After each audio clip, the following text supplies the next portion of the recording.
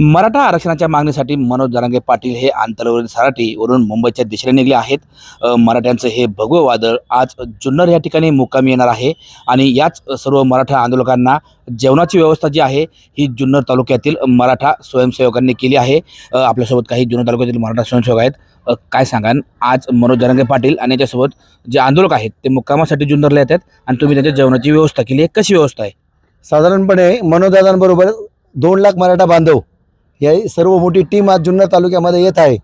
त्या सर्व लोकांच्या अगदी राहण्यापासून, स्वागतापासनं, पाण्यापासनं तर जेवणापासनं तर सर्व नियोजन शिवजन्मभूमीच्या सर्व सकल मराठा समाज बांधवांनी केलेलं आहे।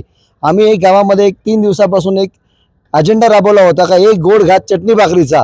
त्या आमच्या प्रतिसादाला आमच्या प्रत्येक गावच्या मराठा समाजाच्या बांधवाने काही इवन दॅट बहुजन समाजाने सुद्धा आमच्या प्रत्येक गावच्या महिलेनी कमीत कमी एका महिलेनी 10 ते 12 चपाती किंवा 10 ते 12 चटणी भाकरीचा आशिदा बनवलेला आहे। साधारणपणे आमचा आलेला साधारणपणे जे आलेले 2 लाख बांधव आहेत तो आलेला प्रत्येक बांधवाच्या मुखात हा चटणी भाकरीचा गोड घास जाईल आणि आलेला आमचा प्रत्येक बांधव इथनं उपाशीपोटी काही जाणार नाही याची खबरदारी आम्ही घेतलेली आहे। आता साधारणपणे असं कळतंय का दादांची टीम खूप मोठी आहे।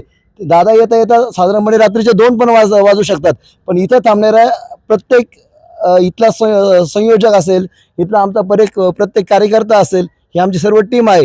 आमचा निर्धारच आहे, दादा रात्री 2ला येऊ द्या, दादा पहाटे 4ला येऊ द्या, जोपर्यंत दादा त्यांच्या मुक्कामी जात नाहीत आणि जोपर्यंत दादा विश्रांती घेत नाही तोपर्यंत आमचा प्रत्येक कार्यकर्ता इथे जागता असेल याची खबरदारी आमचे पूर्ण कार्यकर्ते घेणार आहेत। खरं तर जेवढे आंदोलक येतील त्या सर्व आंदोलकांची जेवणाची व्यवस्था या ठिकाणी केली आहे। कशा पद्धतीने ही व्यवस्था केली आहे, कशा पद्धतीने शिदा आता गोळा होतोय? शिदा तर गोळा होतोच आहे। तो आम्ही प्रत्येक गावाकडं एक आवाहन केलं होतं की फक्त असंच नाही की मराठा समाजालाच आवाहन केलं, आम्ही पूर्ण जुन्नरला आवाहन केलं होतं। त्या आव्हानाचा प्रतिसाद तुम्ही बघताय। प्रत्येक गावातून एक शिदा, एक चटणी भाग, सुका शिदा आम्ही मागवलाय सगळ्यांना। तो सुका शिदा जमा व्हायला सुरुवात झालेली आहे। जेवढे मराठा बांधव शेवटपर्यंत, जोपर्यंत मनोज दादा जुन्नरची बाउंड्री ओलांडत नाही तोपर्यंत शिदा पोहोचवण्याचं काम, जबाबदारी संपूर्ण जुन्नर तालुक्याची आहे। ती आम्ही व्यवस्थितपणे पार पाडू एवढंच या ठिकाणी सांगतो। जोपर्यंत मनोज जरांगे पाटील हे जुन्नर तालुक्यामध्ये आहेत आणि जुन्नरची सीमा ओलांडत नाही तोपर्यंत मनोजदादा जरांगे पाटील असतील किंवा त्यांच्यासोबतच्या सर्व मराठा आंदोलकांची भूक भागवण्याचं काम या ठिकाणी मराठा स्वयंसेवक करणार आहेत आणि त्यासाठी त्यांनी सुमारे 2 लाख लोकांचा शिदा हा गावोगावावरून जमा केलेला पाहायला मिळत आहे।